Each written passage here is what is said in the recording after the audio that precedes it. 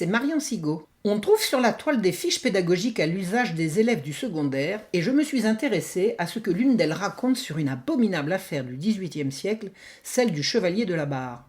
Le site nous invite à nous intéresser à ce qu'en dit Voltaire dans son dictionnaire philosophique, paru en 1764 à l'article torture, pratique courante et banale du XVIIIe siècle cautionnée par l'Église, nous dit-on. Je cite. Les juges d'Abbeville ordonnèrent non seulement qu'on lui arrachât la langue, qu'on lui coupât la main et qu'on brûlât son corps à petit feu, mais ils l'appliquèrent encore à la torture pour savoir précisément combien de chansons il avait chanté et combien de processions il avait vu passer le chapeau sur la tête. Fin de citation. On frissonne d'horreur devant de telles pratiques et on ne peut que louer Voltaire de les avoir dénoncées. Il aura au moins servi à ça, quoi qu'on ait à lui reprocher par ailleurs. Voltaire est bien le chouchou des libres penseurs et autres anticléricaux qui ne cessent de lui tresser les couronnes pour son rôle éminent dans cette triste affaire. Le 1er juillet 1766 à Abbeville, le chevalier de la Barre était décapité pour avoir manqué de respect envers la religion. En application de la loi, la justice l'avait condamné à avoir les os broyés jusqu'à ce qu'il avoue son crime, la langue arrachée, la tête coupée, le cadavre brûlé et ses cendres jetées au vent, écrivent-ils en juin 2013.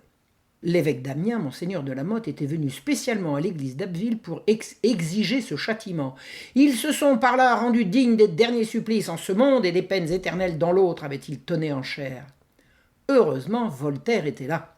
Avant même son exécution, la Barre avait trouvé son premier défenseur en la personne de Voltaire, dénonçant ce crime de la barbarie sacerdotale, nous révèlent les libres penseurs. Ah, si on n'avait pas eu Voltaire pour dénoncer les crimes de l'Église. Et si on remettait les pendules à l'heure?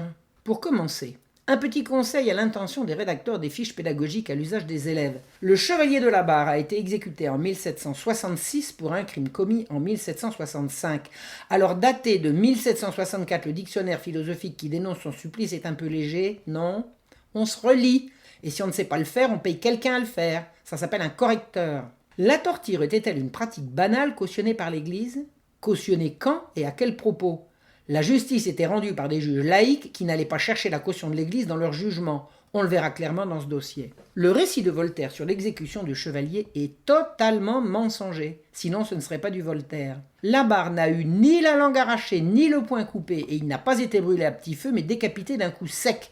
Et s'il fut appliqué à la torture, ce ne fut en aucun cas pour savoir combien de chansons il avait chanté ni combien de processions il avait vu passer avec son chapeau sur la tête. La Barre, comme tous les condamnés à mort, y a été soumis pour avoir la dénonciation de ses complices, pratique suffisamment barbare pour qu'on ne lui ajoute pas des inventions imbéciles. Et en l'occurrence, assurer qu'on l'a torturé jusqu'à ce qu'il avoue est un contresens. La torture était codifiée de telle manière que, si l'accusé n'avait pas parlé après le nombre de coups prévus dans la condamnation, on arrêtait quand même et on le détachait. Mais le plus important dans cette affaire est ailleurs. Contrairement à ce que clament les libres penseurs, la Barre n'a pas été exécutée en application de la loi, mais en violation de celle-ci. En effet, depuis l'ordonnance criminelle de 1670, la mort n'était applicable en cas de sacrilège qu'après 7 récidives, c'est-à-dire 7 condamnations, amendes honorables et réitération du crime. On n'en connaît pas de cas. La Barre n'aurait jamais dû être exécutée, et il le fut quand même.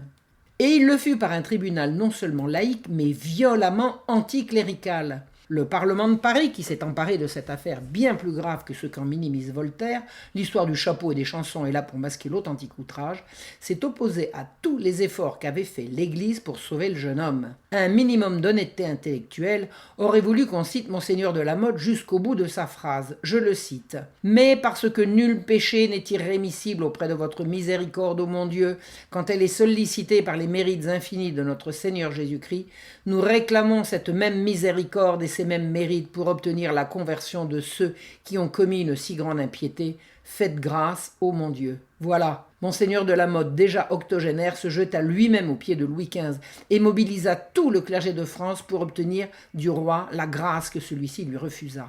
Si les juges ont condamné la Barre, c'est justement pour appliquer cette ingérence permanente qu'il faisait dans les affaires de l'Église, en prétendant venger un sacrilège alors qu'il n'en avait pas le droit. Quant à l'intervention de Voltaire pour sauver le jeune homme, parlons-en. On sait avec précision, grâce à sa très abondante correspondance, qu'il était au courant de tout ce qui se faisait à Paris pour perdre le jeune homme et qu'il n'a rien fait pour le sauver. Pour se donner le beau rôle, il est intervenu après coup pour diffamer tout le monde, l'Église d'abord, mais également les juges locaux qui ont fait honnêtement leur travail avant que le Parlement s'en empare. Et ces turiféraires qui ont publié sa correspondance après sa mort en ont soigneusement retiré tout ce qui pouvait prouver qu'il se moquait comme d'une guigne du sort d'un gosse mal élevé dont il fit un héros pour servir sa cause. Seulement voilà, les faussaires laissent toujours des traces de leur forfait et l'historien curieux finit toujours par les trouver. N'en déplaise aux libres penseurs.